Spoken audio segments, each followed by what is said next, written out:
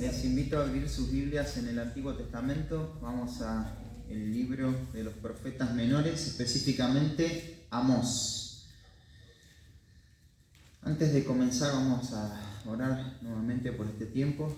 Señor, gracias por tu palabra, que podemos abrirla con libertad hasta este momento.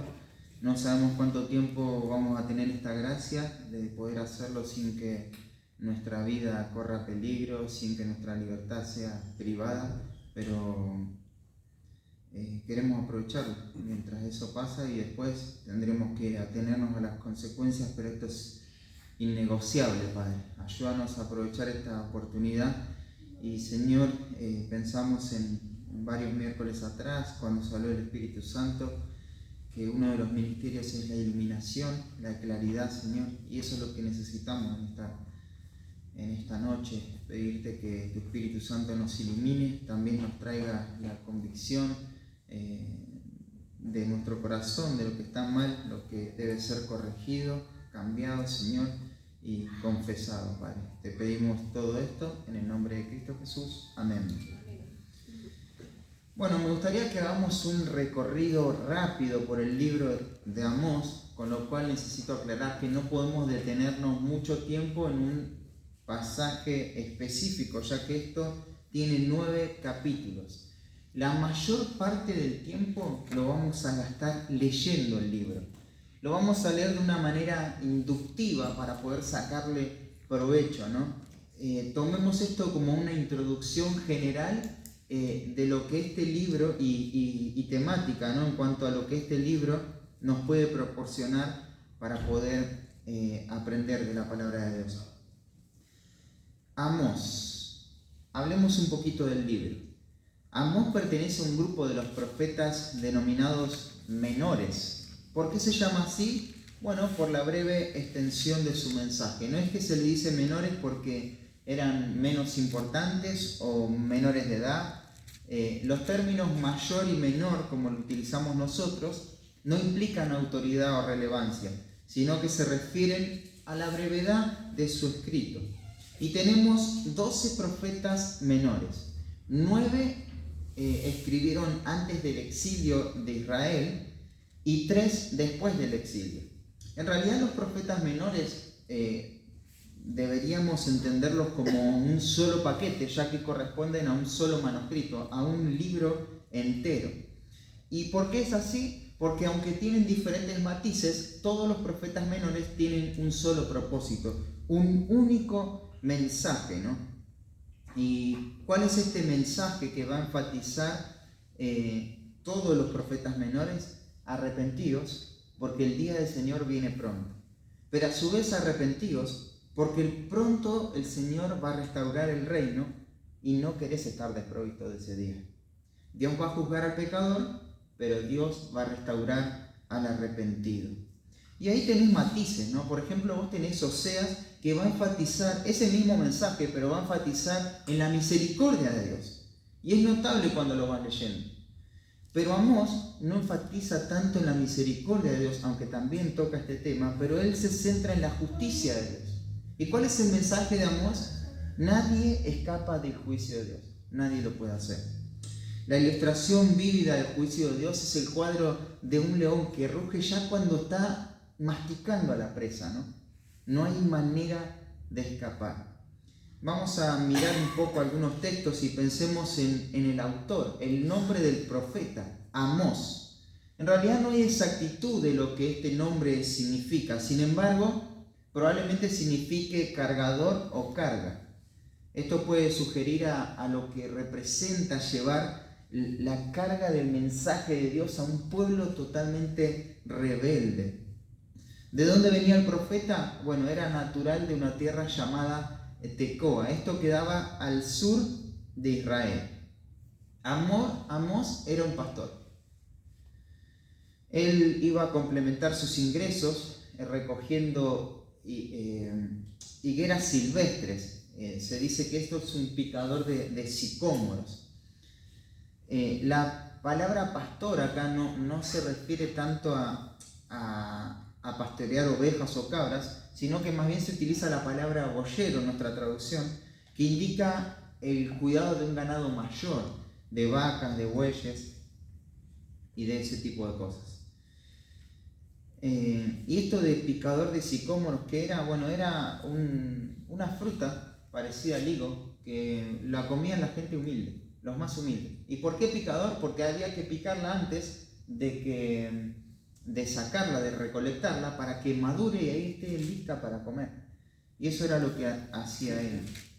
Algunos comentaristas, cuando te pones a leer el libro de Amós, sugieren que era de una posición social alta, ¿no? Que tenía algunas propiedades, campos y demás. Sin embargo, esta no es la idea que se va a transmitir en el texto, ya que en una porción del libro de Amós dice que Dios lo había tomado de detrás del ganado. De detrás del ganado significa que ni siquiera el ganado que cuidaba era de él. Así que era un hombre de condición humilde, un hombre trabajador, que con cierta frecuencia iba al norte de Israel, era del sur, iba al norte para comercializar su trabajo, ¿no? El llamado del profeta, pensemos en su llamado, estamos en el autor. En realidad Amós no había sido ordenado oficialmente como profeta. En ese tiempo se asistía a una escuela de profetas para tener una orden oficial. Él no lo había hecho. Tenemos que pensar que había dos clases de profetas. Unos eran formales, que toda su vida se habían preparado para esta tarea. Y después estaban los profetas que no tenían una preparación formal, eran profetas a medio tiempo, reconocidos en varios pasajes del Antiguo Testamento como videntes. O sea, no a tiempo completo. Sin embargo, Amós no cae en ninguna de estas dos categorías. No era ni un profeta que se había preparado toda su vida para esto, ni siquiera era un profeta a medio tiempo. Él no había estudiado en una escuela de profetas y esta no era su vocación. Entonces, ¿de dónde viene su mensaje? Bueno, es que Dios lo había llamado. Dios lo llamó a profetizar. Va a decir en el capítulo 7, versículo 14, entonces respondió Amós y dijo a Amasías, no soy profeta ni hijo de profeta, sino soy boyero y recojo higos silvestres. Y Jehová me tomó detrás del ganado y me dijo, ve y profetiza a mi pueblo Israel. Tenés el llamado de Dios específico hacia un hombre y tenés un profeta. Por ende, el llamado de Dios no puede ser contradecido. Su ministerio se va a desarrollar en las 10 tribus del norte de Israel. Aunque también su mensaje va a incluir a Judá, la parte sur de Israel, y todas las naciones vecinas. Fíjate el versículo 1, dice, las palabras de Amós, que fue uno de los pastores de Tecoa, que profetizó acerca de Israel. Ahí tenés a quién va dirigido específicamente su mensaje. Hablemos un poquito del contexto, de la época. Profetizó durante los reinados del rey Usías, rey de Judá, y de Jeroboam II, rey de Israel. Y también eso dice la segunda parte del versículo. Todos estos datos que te estoy diciendo te acabo de mencionar también los versículos, ¿no? ¿Cuándo fue esta profecía? Alrededor de 70 años antes del cautiverio de las tribus del norte. Entonces tenemos que situar este evento o este escrito en el 765 al 755 a.C. aproximadamente. Y especifica 2 años antes del terremoto. Se ve que este terremoto había sido un evento importante, ya que solía haber sismos en la tierra de Palestina en aquella época. Sin embargo, esto tiene una particularidad que se destaca no solamente acá, sino en Zacarías 14:5, donde dice, de la manera que huiste por causa del terremoto en los días de Usías, rey de Judá. Fíjate que también se menciona en Zacarías. A ciencia cierta no se sabe bien cuándo sucedió este terremoto, pero podemos ponerlo en alguna parte de ese periodo que te acabo de mencionar. Y lo usaban como un punto de referencia, ¿no? Bueno, esto es importante para la audiencia original, dicho sea de paso. A nosotros mucho no nos sirve porque se perdió ese hilo de saber cuándo fue el tiempo específico. Pero para la audiencia original esto era importante porque ellos sí podían situar la carta en una época acertada. En cuanto a la vida social, bueno, la vida de los ricos estaba basada en la opresión de los pobres. En el capítulo 2 va a decir, porque vendieron por dinero al justo y al pobre por un par de zapatos. Pisotean en el polvo de la tierra las cabezas de los desvalidos y tuercen el camino de los humildes. El capítulo 4, versículo 1 va a decir, oíd esta palabra, vacas de Basán, que oprimía a los pobres y quebrantadas a los menesterosos, y decid a vuestros señores, traed y beberemos. En el capítulo 5, versículo 11, la primera parte dice, por tanto, puesto que vejáis al pobre y recibís de él la carga de trigo, edificasteis casa de piedra labrada. ¿Te das cuenta? Se abusaban de los pobres y se enriquecían cada vez más. En el capítulo 8, versículo 4 dice, oíd esto los que explotáis a los menesterosos y arruináis a los pobres de la tierra. Todo esto que estamos hablando de contexto nos va a servir cuando lleguemos al capítulo 5 de Santiago, porque el Santiago tiene estos eventos en mente. Entonces tenés a los pobres, a los ricos. Esta es la condición social de muchos de estos ricos. La acumulación de riqueza, la ostentación de las riquezas, el afán, el lucro fácil, rápido, la explotación del prójimo, estos eran los rasgos más notables de la sociedad que Amós observó y a la que él le tuvo que predicar. Gente importante, siendo que él socialmente no era nada, ¿no? Un picador de sicómoros, alimento de los pobres, un boyero que ni siquiera era propietario de su ganado, y él tuvo que ir a esta clase social altísima a profetizar. Y fíjense cómo era esta clase social, ¿no? En el capítulo 6, versículo 4 dice, duermen en camas de marfil y reposan sobre sus lechos, comen los corderos del rebaño y los novillos de medio del engordadero, gorjean al sol de la flauta, esto es que cantan con esta música que produce las flautas, e inventan instrumentos musicales, como David. O sea, tienen el tiempo no solamente para componer canciones, sino que es tanto el placer que ellos se fijan cómo pueden inventar otros instrumentos. De esa forma están viviendo. Beben vinos en tazones, ni siquiera en una copa, ¿no? Siempre que se habla de vino se habla de la copa, acá en tazones. Y se ungen con los ungüentos más preciosos y no se afligen por el quebrantamiento de José. Los ricos eran cada vez más ricos, tenían varias casas, y no es que tenían varias casas que se habían hecho un piso arriba de su casa, ¿no? No, sino que esto eran moradas lujosas, que estaban llenas de muebles lujosos también. Procuraban todo tipo de deleites para su alma. Fíjate el capítulo 3, versículo 15. Va a decir, y heriré la casa de invierno con la casa de verano, y las casas de marfil perecerán, y muchas casas serán arruinadas, dice Jehová. Estos hombres tenían casas para el verano y tenían casas para el invierno. No es que a su casa la hacían con las paredes diferentes para los dos tipos de estaciones. No, tenían una casa para cada estación. Tremendo la opulencia que había en este sentido. En cuanto a lo económico, su principal enemigo, Siria, estaba debilitado. Entonces esto hacía que potencien sus riquezas. Y de esa manera también no solamente que iban a ser prósperos, sino que engrandecieron también su territorio, ¿no? Y se proyectaban en una forma económica tremenda, ¿no? Todo esto, toda esta prosperidad, toda esta situación opulenta, tener la provisión, parece que todo les iba bien. ¿Y qué pensaban? Dios está con nosotros. Dios está complacido en nosotros, porque tenemos todos los recursos económicos, disponemos de todo esto. Entonces no estamos mal con Dios. Sin embargo, Dios le va a anunciar que venía ruina, que venía cautividad. En cuanto a lo espiritual, pensemos un poquito en cuanto a su vida espiritual. Sobrarían las palabras, ¿no? Porque ya si vemos todo este matiz, ¿qué podemos decir de lo espiritual? Bueno, estaban caracterizados por el robo, el adulterio, el asesinato. Hace bastante tiempo ellos se habían independizado de la adoración a Jehová en Jerusalén y se habían establecido dos nuevos lugares de culto, en Betel y en Dan. Incluso las fiestas sagradas la habían hecho así, ¿no? Acompáñame a Primera de Reyes y veamos un poquito en cuanto a esta degradación espiritual. Dice capítulo 12, versículo 28.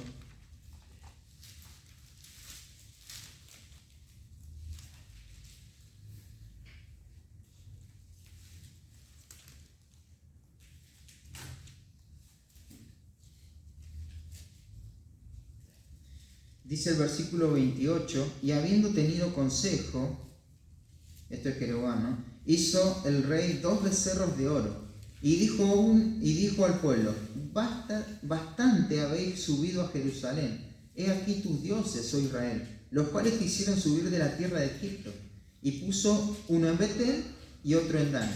Y esto fue causa de pecado, porque el pueblo iba a adorar delante de uno hasta Dan. Hizo también casas sobre los lugares altos e hizo sacerdotes entre el pueblo que no eran los hijos de Leví. Fíjate, los que ministraban en la casa de Dios eran los levitas, sin embargo estos no eran los hijos de Leví. Entonces instituyó Jeroboam fiesta solemne en el mes octavo, a los 15 días del mes, conforme a las fiestas solemnes que se celebraban en Judá, y sacrificó sobre un altar. Y así hizo en Betel, ofreciendo sacrificio a los becerros que había hecho. Ordenó también en Betel sacerdotes para los lugares altos que él había fabricado. Sacrificó pues sobre el altar que él había hecho en Betel a los 15 días del mes octavo, que él había inventado de su propio corazón. E hizo una fiesta a los reyes de Israel y subió al altar para quemar incienso. El mes que él había inventado de su propio corazón. Fíjate la degradación espiritual que prácticamente hizo una religión. Él hizo un camino hacia Dios, hacia esta adoración inventada de su propio corazón. Desde el principio esto fue una aberración para Jehová. Pero el colmo llegó cuando terminaron asimilando las costumbres de los cultos a Baal, incluyendo la prostitución sagrada de los hombres y mujeres, e incluso el sacrificio de niños, y llegando a considerar a Dios, a Jehová Dios, no como Jehová Dios, sino como un ídolo más. Y todo este asunto moral de la prostitución llegó a ser muy frecuente en Israel. Fíjate, acá tenés prosperidad y tenés lujuria, ¿no?, en el corazón. En el capítulo 2, versículo 7, la segunda parte dice: y el hijo y el padre se llegan a la misma joven, profanando así mi santo nombre. Esta es una referencia a las prostitutas del templo como parte del culto cananeo. Ahí tenés la degradación moral. Además, la religión también se había degradado en un montón de maneras, ¿no? Muchos de los israelitas estaban satisfechos, contentos por el mero ofrecimiento de víctimas a Jehová, sin consideración de la disposición que Dios requería, ¿no?, antes de presentarse al Dios 3 veces santo. Ellos no tenían en cuenta nada de esto.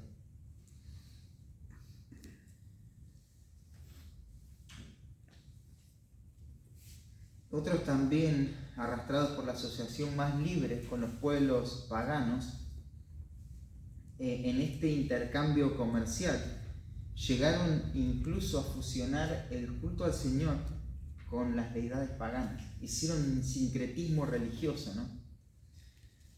Claro, esta es la tendencia de todos los hombres a sentirse satisfechos por esta realización mecánica de ofrecer a Dios algo externo, pero sin tener en cuenta la particularidad de lo que Dios exige, de lo que Dios pide, lo que hay en nuestro corazón, ¿no? Así que tenés sensualidad, prostitución, opulencia, y parecía que todo iba bien, porque ningún imprevisto, ningún contratiempo venía a sus vidas. Entonces ellos creían que estaba bien, ¿no?, porque Dios no le castigaba por esa conducta. Entonces, si Dios no me castiga, Dios está probando mi vida. En cuanto al mensaje del profeta, está, como te dije, particularmente dirigido al reino del norte, Israel. Fíjate el versículo 1. Palabra de Amós, que fue uno de los pastores de Tecoa, que profetizó acerca de Israel. Acerca de Israel. También se va a mencionar a Judá y a las naciones vecinas. Podemos dividir el mensaje en dos temas. Número 1, y esto ocupa la mayor parte del libro de Amós, el juicio de Dios por el pecado. El juicio de Dios por el pecado. Y en segundo lugar, ya al final del libro, la promesa de restauración. Como ya mencionamos, estas personas estaban alejadas de Dios en sus corazones. Egoísmo, ostentación, inmoralidad, opresión. La justicia era despreciada. Y de esto es lo que va a hablar. En esta situación aparece Amós, aparece un hombre de Dios, un profeta, anunciando el juicio de Dios. Y el profeta va a revelar esta corrupción espiritual bajo el formalismo religioso que ellos estaban apañando, ¿no? Insiste, y esta es la idea central de todo el libro, ¿no? Él va a insistir en que el pueblo de Dios debe buscar a Dios y arrepentirse. Pero debido a que el pueblo de Dios no se va a arrepentir, le espera destrucción. Quiero mencionarte con lo que necesito que nos quedemos en esta noche. Vamos a mirar los 9 capítulos, vamos a volar por el libro, pero pensá en esto, y esto lo voy a repetir al final. Si uno peca y reconoce su pecado, tiene la posibilidad de arrepentirse. Te lo repito. Si uno peca y reconoce su pecado, tiene la posibilidad de arrepentirse. Pero si uno peca y lo niega, no hay remedio, debe ser destruido. Si uno peca y reconoce su pecado, tiene la posibilidad de arrepentirse. Pero si uno peca y lo niega, no hay remedio, debe ser destruido. Este es el mensaje del libro. El día de Jehová va a ser una afirmación de las demandas del carácter moral de Dios sobre aquellos que le han repudiado. El gran mensaje del libro de Amós es un clamor por la justicia. Amós está tan sujeto a las palabras de Dios, tan consumido por el mensaje, que podemos ver cómo él se enoja ante la injuria de Israel a la justicia y a la verdad. En expresiones como, por ejemplo, cuando en el capítulo 5, versículo 25 dice: corra el juicio como aguas y la justicia como impetuoso arroyo.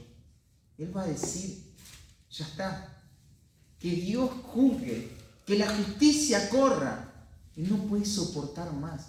Él está siendo consumido por este gran mensaje.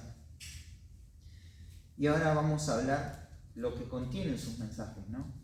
Y una de las cosas que tenemos que pensar son los juicios de Dios. Los juicios de Dios.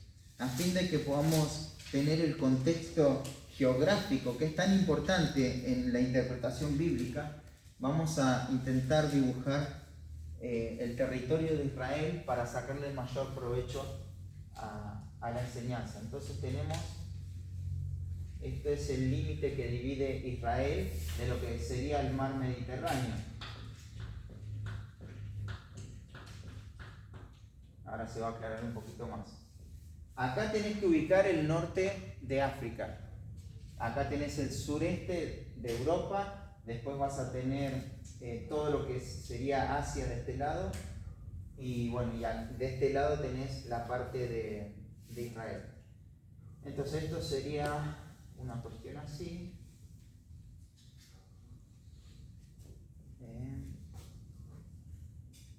Acá vamos a poner el mar de Galilea. Muerto. Límite.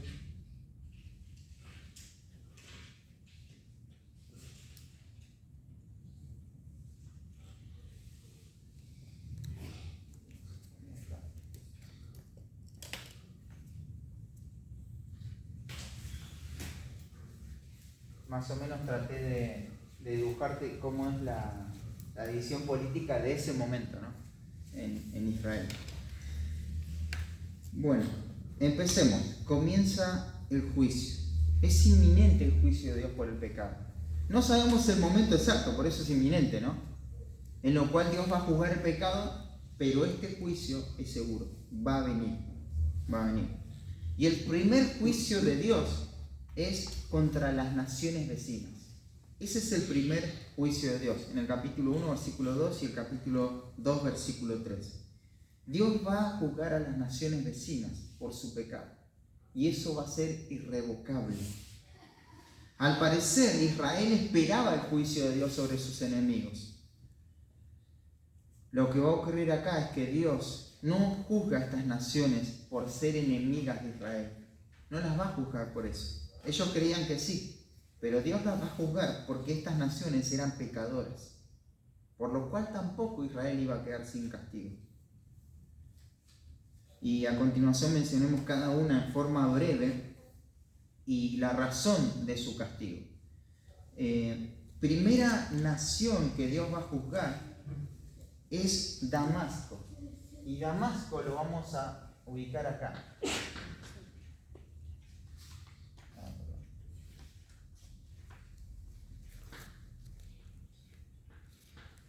Damasco, esto es la capital de Siria.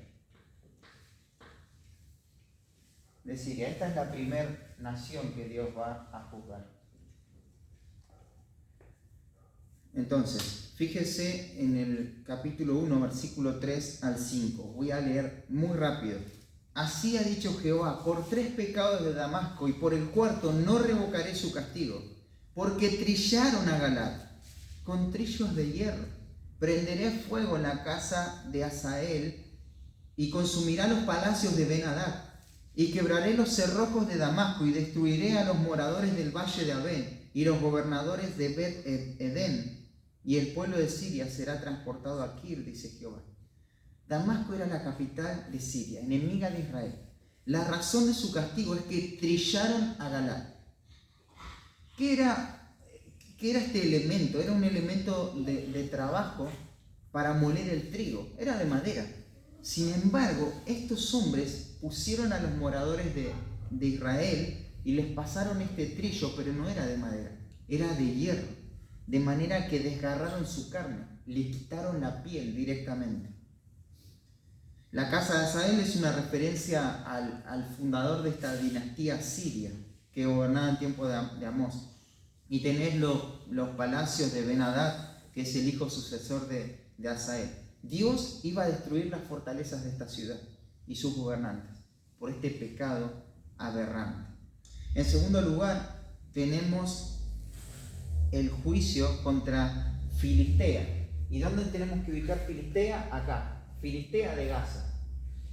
¿No? Gaza, Filistea.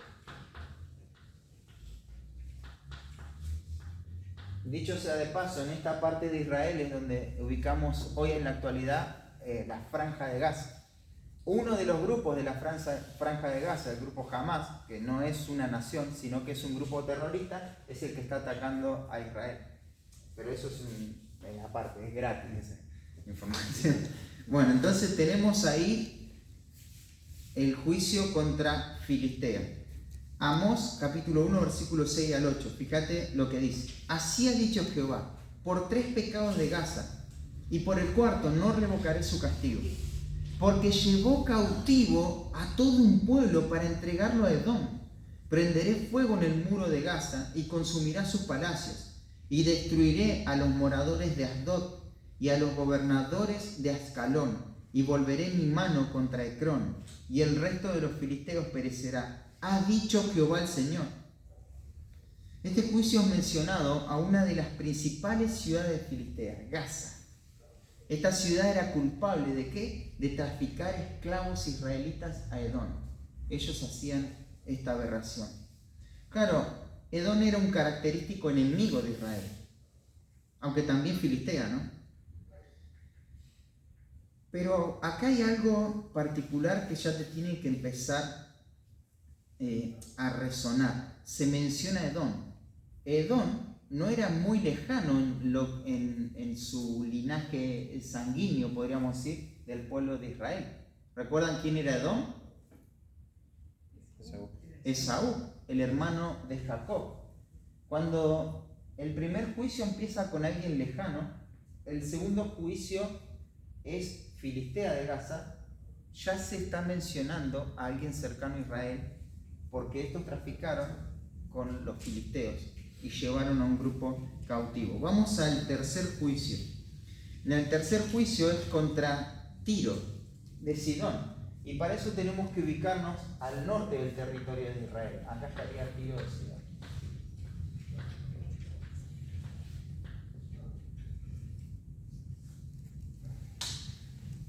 El mismo capítulo 1, versículo 9 al 10, dice: así ha dicho Jehová, por 3 pecados de Tiro y por el cuarto no revocaré su castigo. Fíjense esta expresión característica: por 3 pecados y por el cuarto no revocaré su castigo. Esta es una forma poética judía de decir: el juicio viene y nada lo va a detener. Esto es así y no voy a retroceder en mi mano. ¿Y por qué? Porque entregaron a todo un pueblo cautivo a Edom y no se acordaron del pacto de hermanos. Prenderé fuego en el muro de Tiro y consumirá sus palacios. Esta nación también se dedicó al tráfico de esclavos de israelitas y también se lo vendieron a Edom, ¿no? ¿Y qué es lo que violó esta nación? ¿Por qué esta particularidad y no los une a los dos? Porque Salomón había hecho un tratado con el rey de Tiro, donde dijeron que este tipo de prácticas no iba a suceder nunca. Más allá de las diferencias políticas, económicas, religiosas, y aún podían ir a la guerra, pero nunca se iban a traficar esclavos. Y violaron ese pacto, el pacto de hermanos, ¿no? Es como si fuésemos hermanos. Esto no lo vamos a hacer, no vamos a permitir semejante aberración. Y van a ser juzgados por eso. Pero veamos el pecado ahora sí contra Edom. Ya lo mencionaron 2 veces. Y veamos el pecado de Edom. Y a Edom lo tendríamos que buscar por acá. A Edom.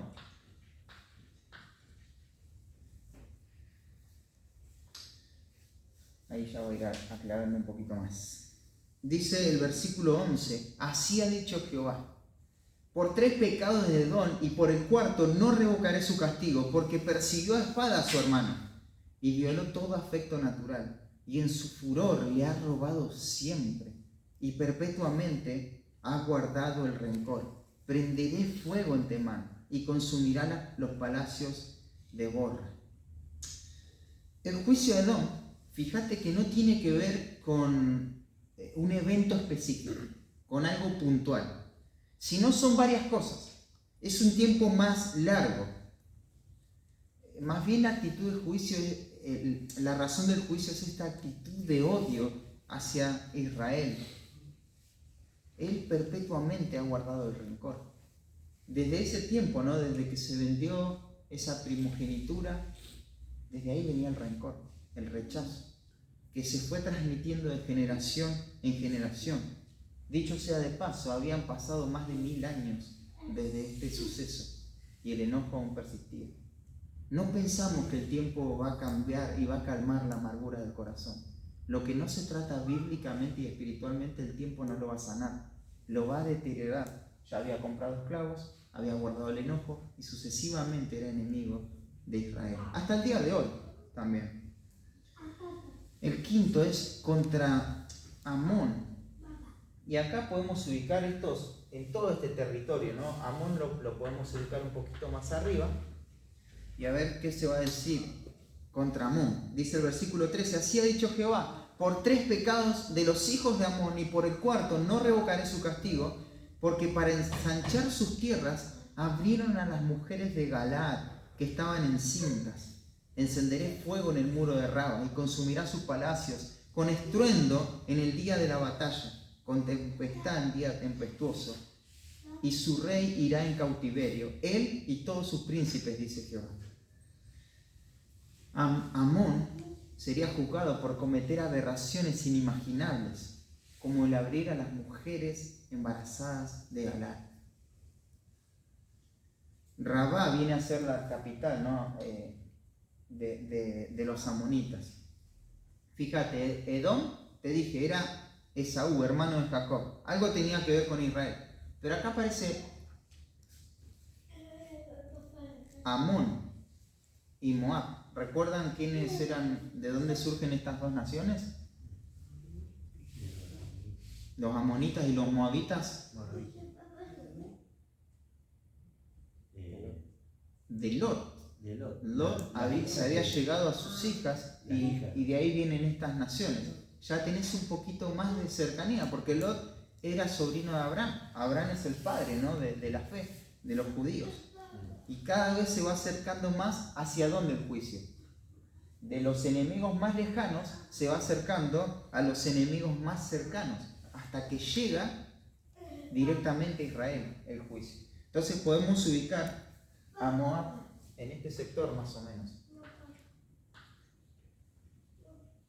Estos tres lo podríamos ver como a los tres en una unidad, por la cercanía de sangre que tenían con la nación de Israel. Pero fíjate lo que dice el capítulo 2, versículo 1 al 3, contra Moab. Así ha dicho Jehová, por 3 pecados de Moab, y por el cuarto no revocaré su castigo, porque quemó los huesos del rey de Edom, hasta calcinarlos. Prenderé fuego en Moab, y consumirá los palacios de Keriot, y morirá Moab como con tumulto, con estrépito y sonido de trompeta. Quitaré el juez en medio de él, y mataré con él a todos sus príncipes, dice Jehová. Esta nación va a ser juzgada con fuego. ¿Por qué va a ser juzgada con fuego? Porque ellos con fuego actuaron en forma despiadada, hicieron toda clase de abominación, no solo para con Israel, sino también para los que los rodeaban. ¿Y cuál es la razón del juicio tan severo a esta nación? Que ellos se pusieron en el lugar de autoridad. Ellos creyeron que eran los jueces justos de todas las naciones y con soberbia hicieron estos veredictos. Pero finalmente va a venir el juicio contra el pueblo de Dios. Claro, para este momento del discurso escuchaban los israelitas y se estaban poniendo contentos, y es como que si dijeran así con la cabeza: sí, que se destruya Damasco, que se destruya Amón, Moab, Edom, Gaza de los filisteos, Tiro de Sidón. Todos esos son nuestros enemigos, todos nos rodean y tienen que ser consumidos. Pero ahora viene el juicio contra el pueblo de Dios. Y el primer juicio es contra Judá. En el capítulo 2, versículo 4 al 5 dice: así ha dicho Jehová, por 3 pecados de Judá, y por el cuarto no revocaré su castigo, porque menospreciaron la ley de Jehová y no guardaron sus ordenanzas, e hicieron errar, y les hicieron errar sus mentiras, en pos de las cuales anduvieron sus padres. Prenderé, por tanto, fuego en Judá, el cual consumirá los palacios de Jerusalén. Déjame ubicarte Jerusalén. Jerusalén está acá, más o menos.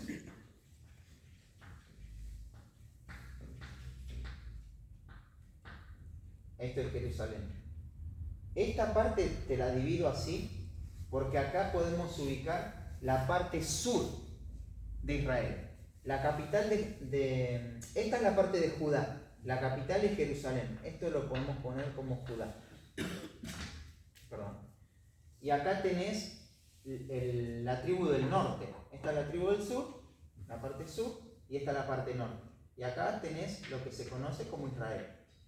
En realidad Israel es todo, pero ¿se acuerdan en la división de los reinos después de Salomón? Quedó así. Entonces acá tenés a Israel. Y acá tenés los lugares de adoración, Dan, y tenés otro al sur que es Betel. Y la capital de Israel va a ser Samaria. Algo así.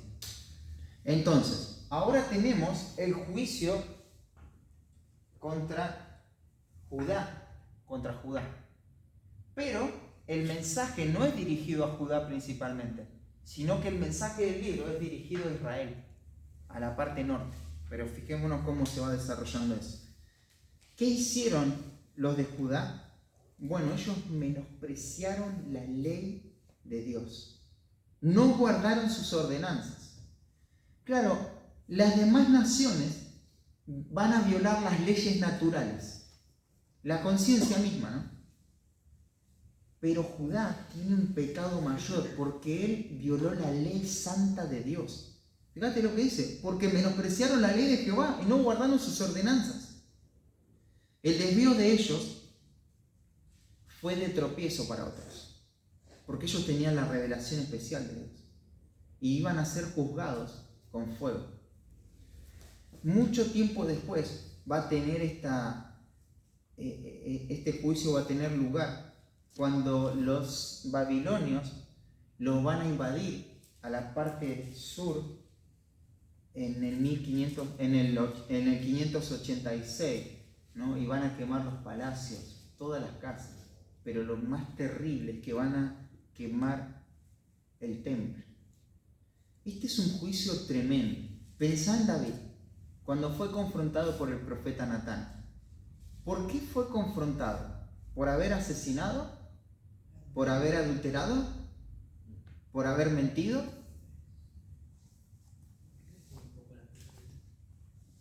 Exacto. Por menospreciar la palabra de Dios, por tener en poco la palabra de Dios. Y eso trae aparejado todo tipo de pecado. Pero la razón del juicio severo de Judá es porque recibió mayor luz. ¿Te acordás del principio? Cuanto más luz, más severo el juicio. No os hagáis maestros muchos de vosotros porque recibiremos mayor condenación. Entonces, tenés ese principio universal, atemporal. Más luz, mayor juicio. Lo que tenés en tus manos, en tu regazo, apoyado en tu pierna, en el celular, eso es un peligro. Es la palabra de Dios. Es un peligro si no hacemos caso. Y este es el juicio contra Judá. Pero fíjate, para este punto, Israel entiende esto igual. Israel sabe que todos sus enemigos van a ser juzgados. Ellos piensan que porque son sus enemigos. Y ahora son juzgados sus hermanos. Pero bueno, no se llevaban muy bien. De hecho, fueron a guerra varias veces entre el sur y el norte. Entonces, los de Israel todavía se mantienen confiados. Ellos dicen, todo está bien que perezcan. Todavía nosotros estamos ilesos, pero se viene el juicio contra Israel. Capítulo 2, versículos 6 al 16. Dice, así ha dicho Jehová, por 3 pecados de Israel y por el cuarto no revocaré su castigo. Misma introducción, porque no se juzga en base a quién está enfrente, sino en base a la santidad de Dios. Él los trata a todos de esa manera. Dice, porque vendieron por dinero al justo y al pobre por un par de zapatos. Pisotean en el polvo de la tierra las cabezas de los desvalidos y tuercen el camino de los humildes. Y el hijo y su padre se llegan a la misma joven, profanando mi santo nombre. Sobre las ropas empeñadas se acuestan junto a cualquier altar. Y el vino de los multados beben en las casas de sus dioses.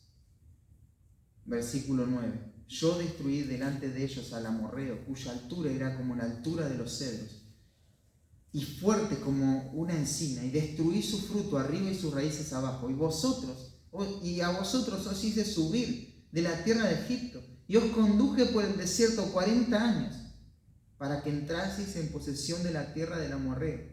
Y levanté de vuestros hijos para profetas, y de vuestros jóvenes para que fuesen nazareos. ¿No es esto así, dice Jehová, hijos de Israel? Versículo 12. Mas vosotros diste de beber vino al Nazaret. Y a los profetas mandasteis diciendo, no profeticéis, pues he aquí yo os apretaré en vuestro lugar, como se aprieta el carro lleno de gavillas. Y el ligero no podrá huir, y al fuerte no le ayudará su fuerza, ni el valiente librará su vida. El que maneja el arco no resistirá, ni escapará el ligero de pies, ni el que cabalga en caballo salvará su vida. El esforzado entre los valientes huirá desnudo aquel día, dice Jehová. Dice Jehová. Los pecados de Israel tienen que ver con la injusticia sobre los pobres, con la idolatría, la inmoralidad, la ingratitud ante la redención y la indiferencia ante los profetas. Es tremenda la miseria de la rebeldía del corazón, ¿no? Y estas cosas no están tan lejanas a nuestra propia realidad. ¿Por qué? Porque si hay algo que se enfatiza es, esto es lo que Dios hizo con vos, Israel.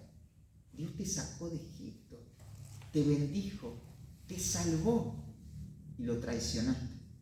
Es un juicio muy severo que va a recibir la nación de Israel a la luz de la salvación tan grande que recibió.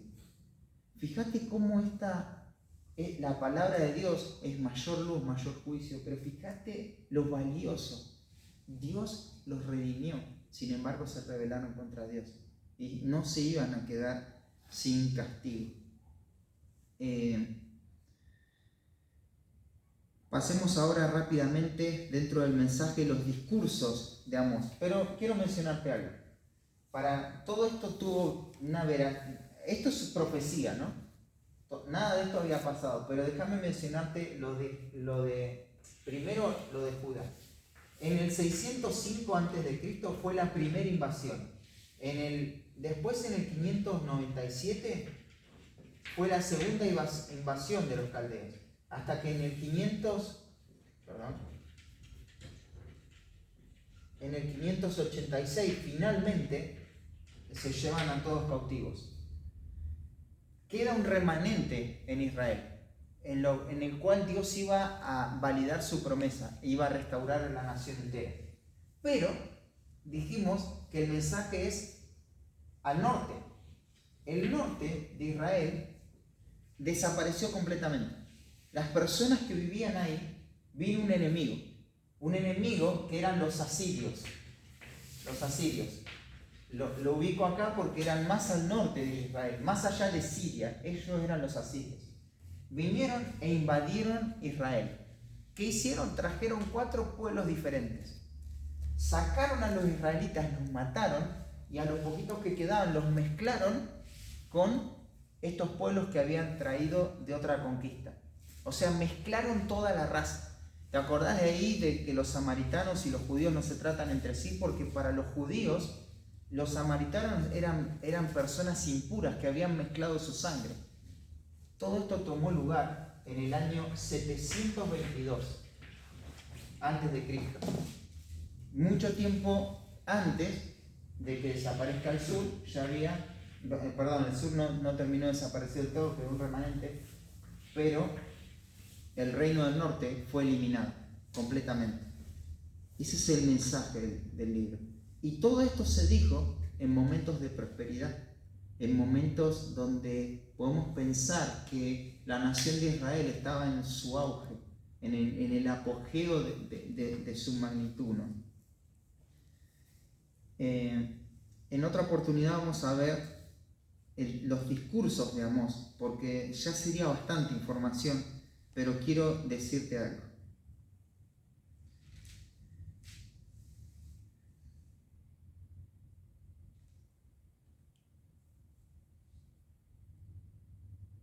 Ante la justicia de Dios, sería una tragedia no admitir nuestra condición.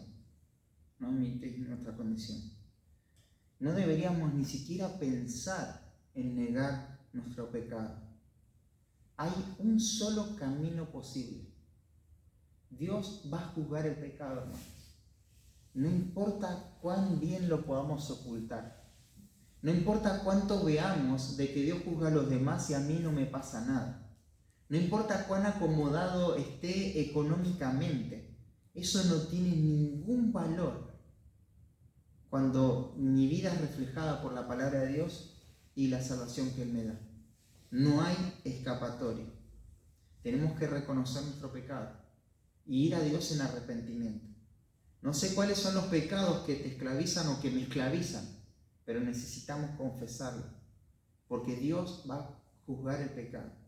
Y cuanto más pasa el tiempo, y te lo digo por la Biblia, pero también por mi propia experiencia, más pasa el tiempo y el castigo es peor.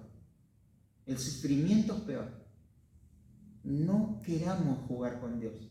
Dios es un Dios santo y no va a tener por inocente al culpable.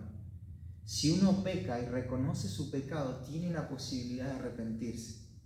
Pero si uno peca y lo niega, no hay remedio. Debe ser destruido.